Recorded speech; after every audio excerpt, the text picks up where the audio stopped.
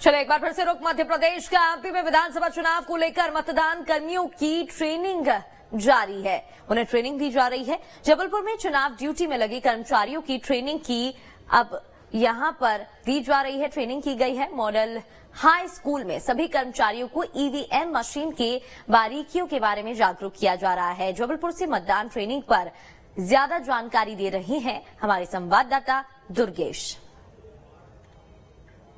मध्य प्रदेश में विधानसभा चुनाव को लेकर एक तरफ जहां प्रत्याशी मैदान पर पसीना बहा रहे हैं, तो वहीं निर्वाचन आयोग के कर्मचारी भी दिन रात मेहनत कर रहे हैं और इसी चुनाव को सफल बनाने की तैयारियों में जुटे हुए हैं। जबलपुर के मॉडल हाई स्कूल में इस समय तमाम उन कर्मचारियों का प्रशिक्षण चल रहा है जिनको मतदान केंद्रों में तैनात किया जाएगा, जिन्हें ये बताया जा रहा है कि किस तरीके से ईवीएम मशीन काम करती है, किस तरीके से बैलेट मशीन काम करती है और अगर किसी तरह की खराबी आ जाए तो उसके बाद किस तरह का उस पर प्रशिक्षण देना है या क्या सावधानी बरतनी है। तमाम चीजें यहाँ पर सिखाई जा रही हैं। तमाम मतदान कर्मी भी यहाँ पर तैनात हैं। जी, आपको आज यहाँ पर किस तरह की ट्रेनिंग दी जा रही है? यहाँ पे ईवीएम मशीन कैसे इस्तेमाल करनी है ये हमें बताया जा रहा है, स्टेप बाय स्टेप।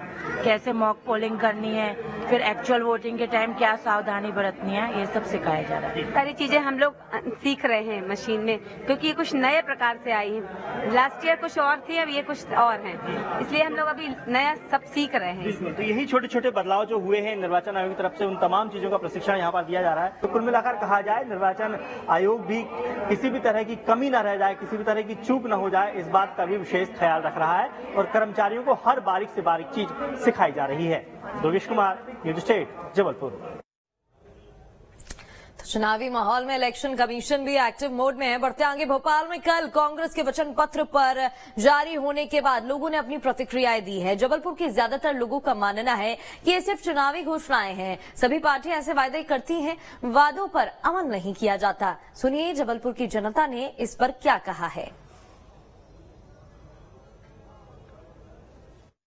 कांग्रेस ने जो वचन दिए हैं ये तो राजनीति में होता ही है। जब चुनाव आता है तब अपने स्तर पे अपने अपने ढेर सारे वादा करते हैं और फिर जब चुनाव निकल जाता है तो अपने अपने वादों को भूल जाते हैं। जनता पिसती है। नहीं, मैं तो इस चीज को बिल्कुल गलत मानता हूँ कि फ्री बिजली फ्री पानी देना मतलब इसमें जनता को नाकारा बना देना। भाई मेहनत करके जो देना वो अलग चीज है, सबके लिए सम्मान्य से ऐसा होना चाहिए, अलग अलग किसी के लिए नहीं होना चाहिए।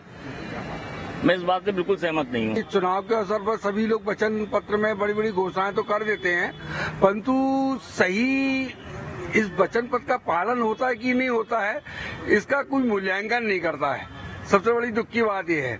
क्या है, कांग्रेस ने जो वादा किया था 2018 में वचन पत्र में कि जो पेट्रोल के रेट है वो कम करेगी करके, लेकिन वो तो इसके बाद 5-6 रुपए बढ़ा दिया है और किसानों को भी जो बोला हुआ था तो वो वादे में खरी उतरी नहीं, है ना। तो अब जो इतना बड़ा ये है तो उसको कैसे करेगी कांग्रेस ने जो अपने वचन पत्र में आईपीएल की टीम बनाने के लिए कहा गया है, तो ये मुझे बड़ा अजीब सा लग रहा है कि आईपीएल की टीम ये सरकार क्यों बनाएगी। आईपीएल की टीम बनाना इनका काम नहीं है। इनका जो काम है, जो जनता से जो मूलभूत सुविधाएं हैं जिनसे इनको फायदा मिलता है, नौकरी है, जो बेरोजगारी दूर करना है, महंगाई है उसको कंट्रोल करना है, जो डीजल पेट्रोल के दाम है इस पे कंट्रोल कर रहे हैं, तो बात लगती है कि हाँ ठीक है, सरकार ने जो घोषणा पत्र जारी किया ये उसके, लेकिन आईपीएल की टीम बनाना